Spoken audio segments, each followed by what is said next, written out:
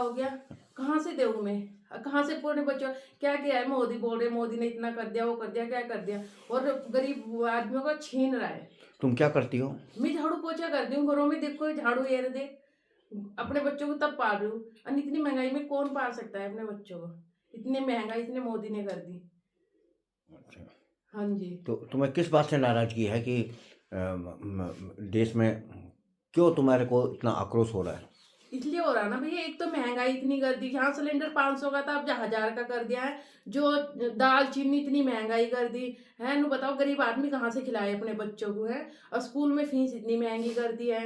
अब बोल रहे कि राम मंदिर बना दे, अच्छी बात है, राम मंदिर बना दिया। लोग 2 मूर्ति अपने घर में भी रख के पूजा कर सके, वो राम मंदिर खाने को थोड़ा देगा? अगर हमें खाने को दोगे तो हम झाड़ू पोछा छोड़ना बंद कर देंगे, फिर तो हम वहीं घर पे ही बैठे रहेंगे, हमारे घर पे राशन पहुँचा दो।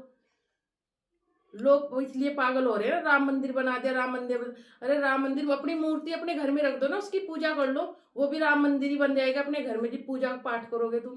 क्या राम मंदिर के चक्कर में पड़ रहे हो हैं? हमें तो ये है कि हाँ भाई गरीब आदमियों को खाने पीने को दे दो, मेरा मकान नहीं, कुछ नहीं है। अब मैं अपने बच्चों को कैसे पाल रही हूँ कैसे नहीं, अब किसी को पता है? अब किसी के आगे हम भीख मांगने थोड़ा जाएंगे। आपका नाम क्या है? मेरा नाम दीपा सैनी है। कहाँ रहते हो आप? देहरादून में, बंजारे वाले में। बटनाले में। और झाड़ू पोछा करती हूँ घरों में। तो आपको इतनी नाराज़गी क्यों है, जबकि ऐसा महिलाएं तो इतने नाराज़ नहीं होती हैं, आप बहुत नाराज़ दिख रही हो। भैया मैं इसलिए नाराज हूँ ना, इतनी महंगाई है, अब देखो कौन कर रहा है झाड़ू पोछा, मैं झाड़ू पोछा करके अपने बच्चों को पाल रही हूँ ना, इतनी महंगाई में बताओ मैं अपने बच्चों को पढ़ाऊँ, कमरे का किराया दूँ कि सामान लाऊं, क्या करूँ? कपड़े लत्ते भी हर चीज है। अब बताओ कहाँ से दूँ? इतनी महंगाई तो कर दी उन्होंने। अब बोल रहे मोदी को वोट दो, मोदी को वोट दे कब कब थोड़ा हम रोड पे आएंगे।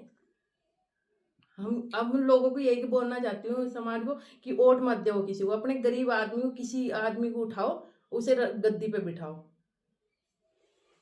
2024 में आप क्या चाहती हो कि किस तरह की सरकार देश में आनी चाहिए?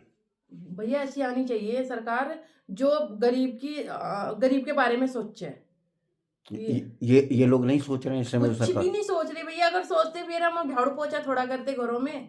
हम अपने बच्चों के पता नहीं कैसे पेट पाल रहे हैं, ना हमारे घर ना कुछ, हम किराए पे पड़े हैं, किराया भी हम पता नहीं कैसे देते हैं। लॉकडाउन में भी हमने पता नहीं किराया कैसे दिया है, लोगों ने काम छुड़वा दिया था अपने घर में, हम 2 2 3 3 दिन भूखे रहे, अपने बच्चों को लेके घर में बैठे रहे कमरे में, पर कमरे का किराया देना था हमें।